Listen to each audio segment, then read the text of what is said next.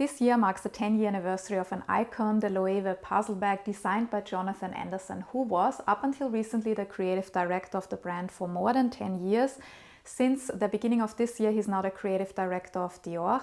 And most people know this bag, we have all seen it, because of this signature shape. It does look like a puzzle and it's ultra modern, I would say. Also, the designs that Jonathan Anderson did in terms of fashion for the house were also very modern, very contemporary. He managed to build up a cult following for the brand. But most people forget that this brand is actually a heritage brand and its history dates back to 1846. So let's briefly travel back in time, only briefly, but it's very important to also understand how Loewe developed, to also understand how this puzzle bag came about. Everything started in 1846. A group of artisans came together and they opened a workshop in Calle Lobo. At first they sold small leather goods like purses or wallets, also frames, for example. In 1872, this group of artisans joined forces with a German, Enrique Loewe Rösberg, or actually Heinrich Loewe Rösberg. This is his Spanish name because Heinrich is Enrique in Spanish.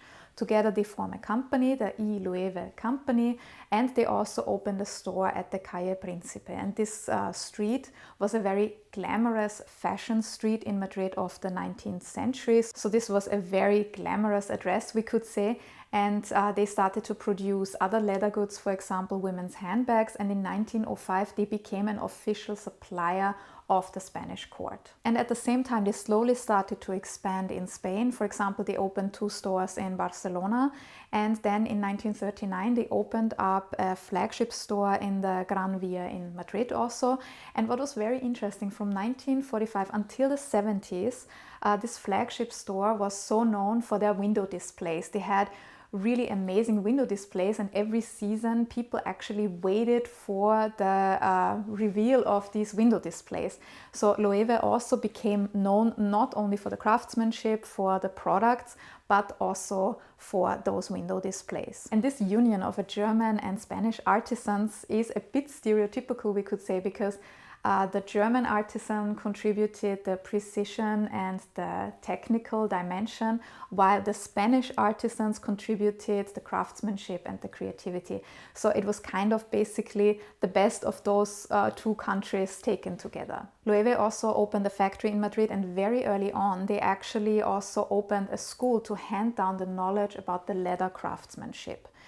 Soon they had a client list which was very famous. There is a legend about Ernest Hemingway that he gave a Loewe bag to actress Ava Gardner, and of course also celebrities like Grace of Monaco were also on the client list. The 1960s were on the one hand a period of expansion, because in 1963 they opened a store in London, for example. At the same time they also introduced women's wear. And then in the 1970s, the designer Vicente Vela created this iconic logo for them with the 4 L's, which we still know, and this was used to mark their leather. And soon their expansion went across Europe, but then also Asia. They opened up in Tokyo, and what was really interesting is that they also very often had, we could say, guest designers, and among them was Giorgio Armani, who also worked as a fashion designer for hire. And I found this really interesting because we know Giorgio Armani for his own work, his own label, but I don't think a lot of people know about this dimension, that there are also links between him and Loewe.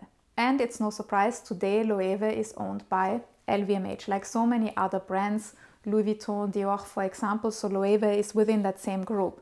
But what I found interesting is that the link to Loewe is a very long one.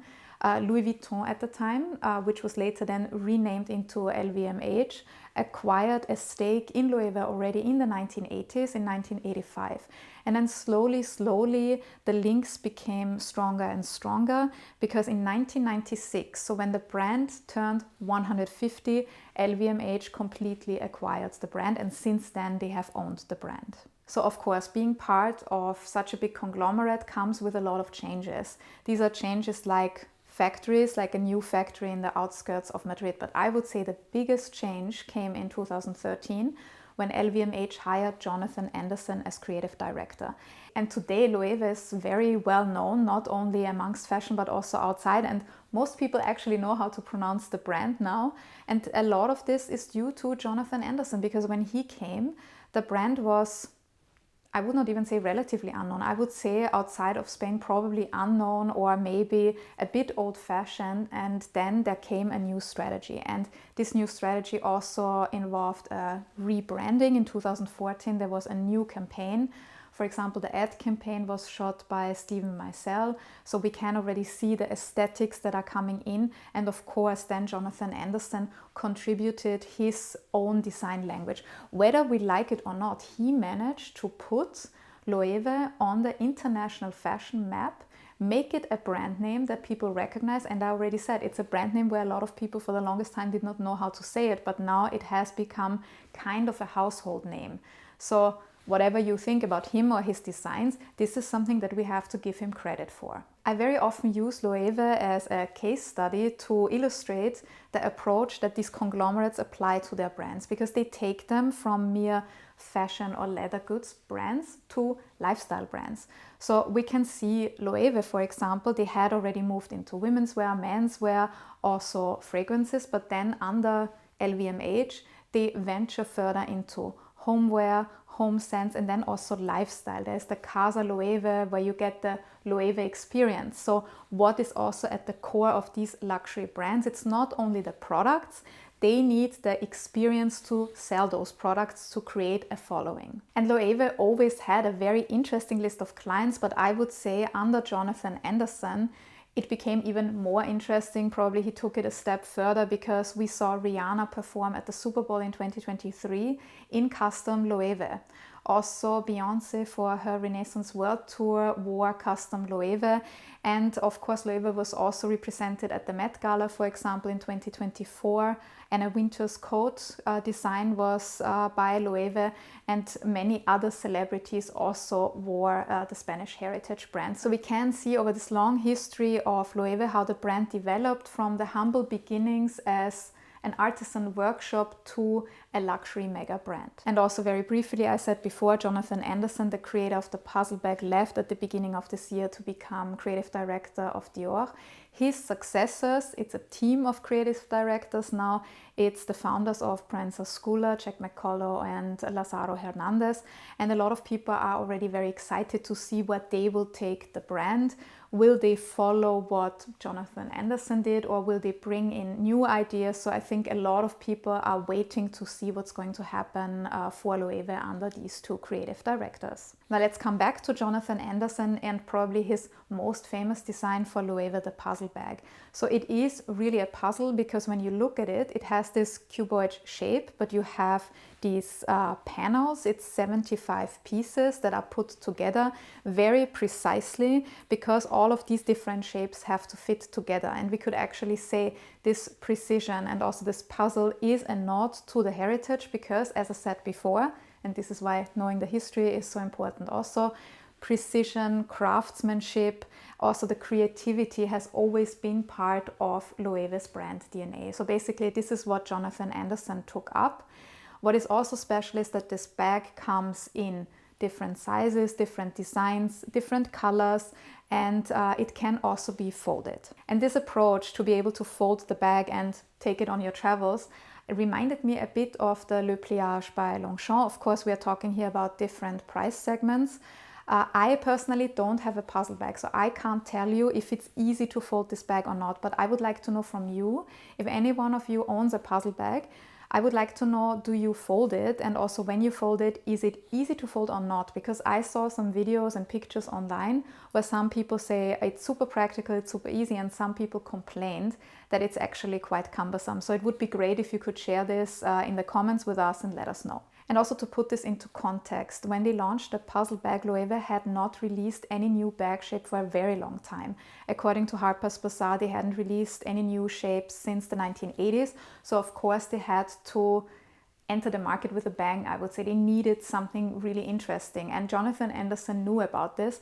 And I like how he explains it, because I think it's this typical Jonathan Anderson way of explaining his designs. He said he wanted to deconstruct the bag and he wanted to give them something flat that also has a tri-dimensional function. So to put this into our language, not the artistic language. Basically what he wanted to do is to give us a bag that we can also basically flatten and then take on our travels. Jonathan Anderson also often said he was inspired by Japanese origami because of the folding. So obviously this whole aspect of being able to fold the bag, make it flat, then take it with you was very important to him. And that's why I want to know, does it actually work in real life? So again, if you have this bag, please let us know if you can really fold it in this origami style.